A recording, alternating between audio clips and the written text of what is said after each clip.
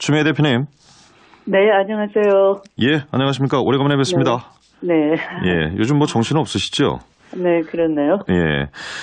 일단 추경 문제 워낙, 정부에서 빨리 좀 처리를 해야 된다는 입장이 강한 것 같아서요. 여쭤봐야 될 것 같은데. 네. 일단 지금 자유한국당, 바른정당은 참여하지 않겠다라는 입장입니다. 어떻게 됩니까? 강행하는 겁니까? 자유한국당의 반대 목소리는 뭐 일종의 관성의 법칙 아닐까 싶어요. 예. 계속 반대해 왔는데 갑자기 급변신할 수가 없는 뭐 그런 겉보기에는 그런 것 같아요. 예.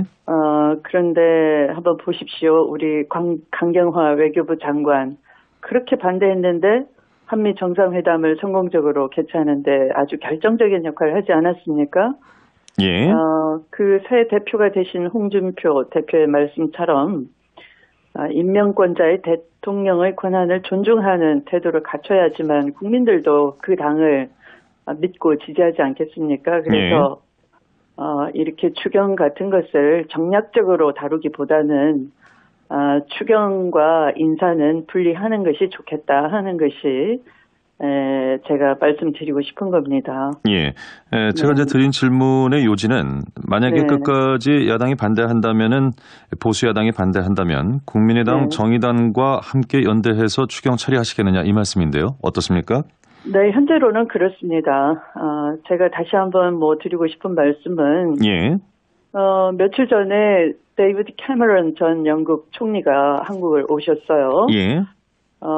연설을 하셨는데 이런 말씀을 하셨습니다. 집권할 수 있었던 것은 보수의 대변화를 추구했기 때문인데 그 당이 추구하는 가치의 변화가 가장 컸다. 특히 진보의 이슈라고 취급되었던 양극화 해소, 임금 인상, 그다음 인권 문제 이런 진보적 아젠다를 흡수해서 그것을 공략하고 실천한 것이 그런 정책 변화가 국민의 지지를 받는데 아주 중요한 요소가 됐었다. 이렇게 얘기를 했어요. 예. 저는 홍준표 대표께서 당을 혁신하겠다라고 하셨기 때문에 인적 구성을 바꿨다 그런 거 가지고 혁신이 되는 건 아니고요. 이런 그 영국에서 가장 오래된 보수 정통 여당이 됐던 그런 보수당의 그런 변화를 위한 노력 이런 것을 좀 닮았으면 좋겠습니다. 예, 우리 정치권에서 협치라는 단어가 요즘처럼 많이 등장한 때는 없었던 것 같습니다. 제 기억에는. 네. 그런데 만약에 지금 말씀하셨던 것처럼 피치 못할 상황이어서든 어쨌든 국민의당 정의당과 연대해서 추경안 처리를 하게 된다면 홍준표 대표 체제의 자유한국당과 바른정당과의 협치는 물 건너가게 되는 것 아닌가. 이제 우려가 있거든요. 이걸 이제 어떻게 풀어야 될 것인가 하는 것은 또 여당 대표로서의 고민이 될 것 같은데 어떻습니까? 네. 일단 국민을 보고 가주시라라고 말씀드리고 싶고 이게 국민을 볼모로 한 떼쓰기 정치로 통하지 않는다라는 것이고요. 정당은 늘 선거를 준비합니다. 평시에도 또 선거 시에도 그래야지만 정당이 생존할 수 있는 것이거든요. 국민을 인질 삼아서 너 죽고 나 죽자식 정당은 더 이상 존립할 수가 없는 것이죠. 그런데 저는 자유한국당은 워낙 그 내부가 아직도 여전히 구박한다라고 홍 대표가 말씀하신 걸로 봐서 그 친박의 떼쓰기 정치를 그 당내 자체적으로 해결하지 못하는 것 같고요.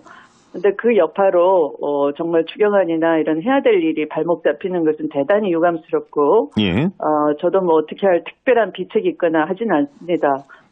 그러나 바른정당은 일단 이해훈 당대표가 도와드릴 건 도와드리고 또 안보나 이런 것에 대해서 대안을 내고 반대할 것은 뚜렷이 하겠다 이렇게 이 정경 분리를 말씀을 하셨기 때문에 기대를 갖고 계시다는 말씀이군요. 알겠습니다. 야당에서 이제 그런 얘기를 하는 것 같습니다.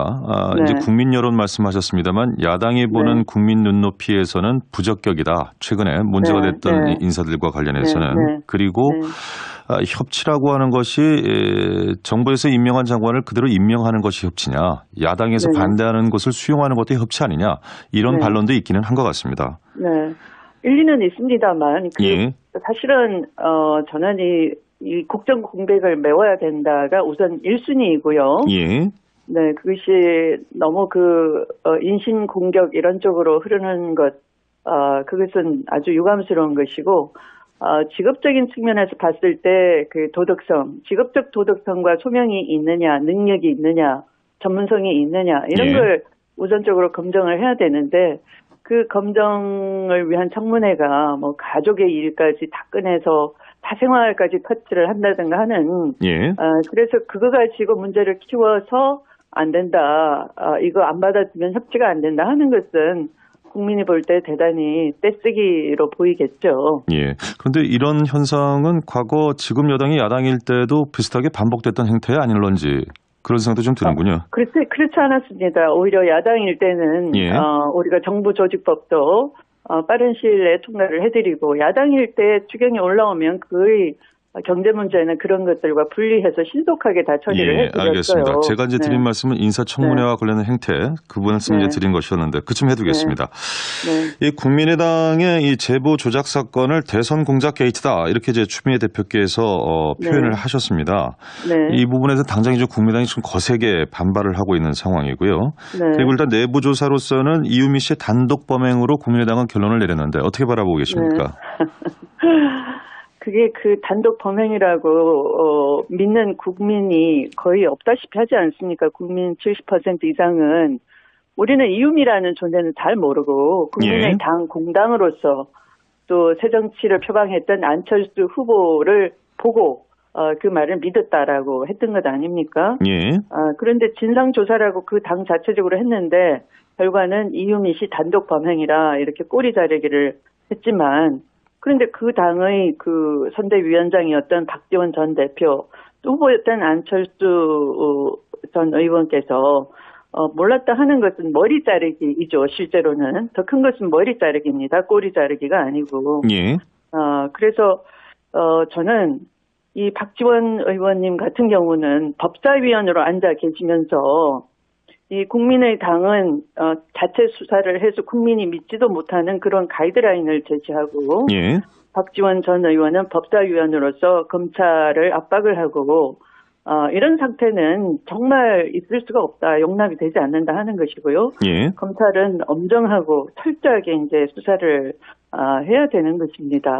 지금 추미애 대표님, 추미애 대표님의 말씀을 들으면은 이를테면 이제 머리 자르기라는 표현까지 쓰셨는데 이것이 검찰 수사 결과가 나와 봐야 하겠습니다만 지금 현재 심중에는 지도부 심지어는 박지원 전 대표나 이 안철수 전 후보에게까지도 보고가 됐을 가능성 이걸 염두에 두고 지금 말씀하시는 것처럼 들리는데 맞습니까? 그런 걸 수사를 해야 되겠죠. 왜냐하면 이 자체가 단독으로 저지를 수 없는 일 아닙니까? 사실은 만약에 단독으로 했다면 그 당장에 반응이 나왔어야 되겠죠. 왜 아무런 검토 없이 이 엄중한 국면에 당신 혼자 그렇게 앞서서 얘기하느냐, 너의 위치가 뭐냐 도대체 이런 반응이 있었어야 되는데 그게 아니고 당 대변인단, 당의 공조직이 총가동이 돼서 이것을 홍보를 하고 퍼나르기를 하고 했지 않습니까? 그래서 일을 저지를 때는 조직적으로 저질러 놓고 일이 끝나니까 단독 범행이다.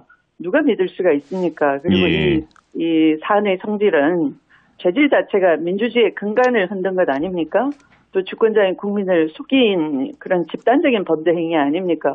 범죄 행위 자체는 집단적인데 그 결과는 단독 범행이다. 앞뒤가 안 맞지 않습니까? 우선. 때문에 대표께서는 안철수 박지원 이 책임 있는 입장 표명을 해달라라고 요구를 하셨는데 책임 있는 입장 표명의 수준은 어디까지 해야 된다고 보십니까? 그 수준은 제가 정하는 것이 아니고요. 검찰 수사에 응해야 된다라고 하는 것입니다. 그리고 수사에 제대로 응하고 진실을 내놔야 된다 하는 것입니다. 알겠습니다. 근데 일각에서 이제 이런 평가도 있더군요. 워낙 이제 대선 공작 게이트라는 명명을 하시고 추미애 대표께서 화력을 동원해서 이렇게 발언이 수위가 높아지니까 여당 대표는 어찌됐건 이제 이런 문제에 있어서 출구를 찾아야 될 어떤 조종자 역할을 해야 할 텐데 이렇게 되면 스스로 출구를 닫는 것 아니냐. 이제 그런 우려도 좀 있습니다. 어떻게 보십니까? 이 정권은 우리가 만든 것도 아니고 국민이 만들어 주신 것이고요. 법과 질서, 정의를 바로 세우라라는 것입니다. 그게 예외가 어디 있겠습니까? 그래서 협치는 협치이고 이 문제는 민주주의와 주권의 문제인 것인데 국민의 눈높이와 판단에 따라서 해야 되는 것이지 그냥 뭐 여당 대표한테 목을 내놓겠다 이렇게 막 말씀하시는 건 정말 잘못 짚은 거죠. 목을 내놓으시려고 할 게 아니라 진실을 내놓으셔야죠. 예, 알겠습니다. 하나만 짧게 좀 더 여쭤보고 정리하겠습니다. 대표적 율사 출신이시기도 하시니까 최근에 검찰총장 후보자하고 새로 임명된 법무부 후보자 모두 이를테면 비검찰 출신을 발탁을 했거든요.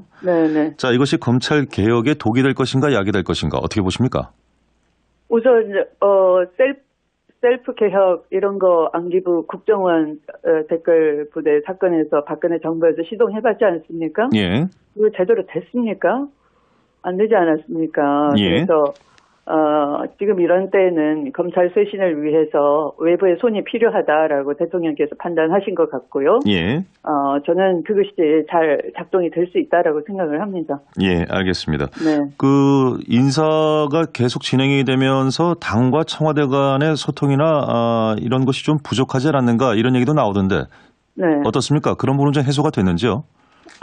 해소라기보다 이제 초반의 그 인수위 없이 진행이 돼서 국정 공백을 빨리 메워야 하는 점이 있었고, 그 다음에 그 인사에 대한 어떤, 시스템적인 검증 과정이 이제 필요해서 그것이, 잘못 당을 통해서 외부에 알려지는 경우에 해당 검증을 당했던 분들이 발탁이 되는 좋지만 그렇지 않은 경우에는, 어떤 인신 공격의 빌미를 줄 수도 있고 해서, 그것은 그냥 당에서는 어느 정도 포괄적인 범위에서 제한하는 그 이외에는 구체적으로는 할 수가 없는 상황입니다. 예, 잘 알겠습니다. 오늘 말씀 여기까지 듣죠. 고맙습니다. 네, 고맙습니다. 예, 지금까지 더불어민주당 추미애 대표.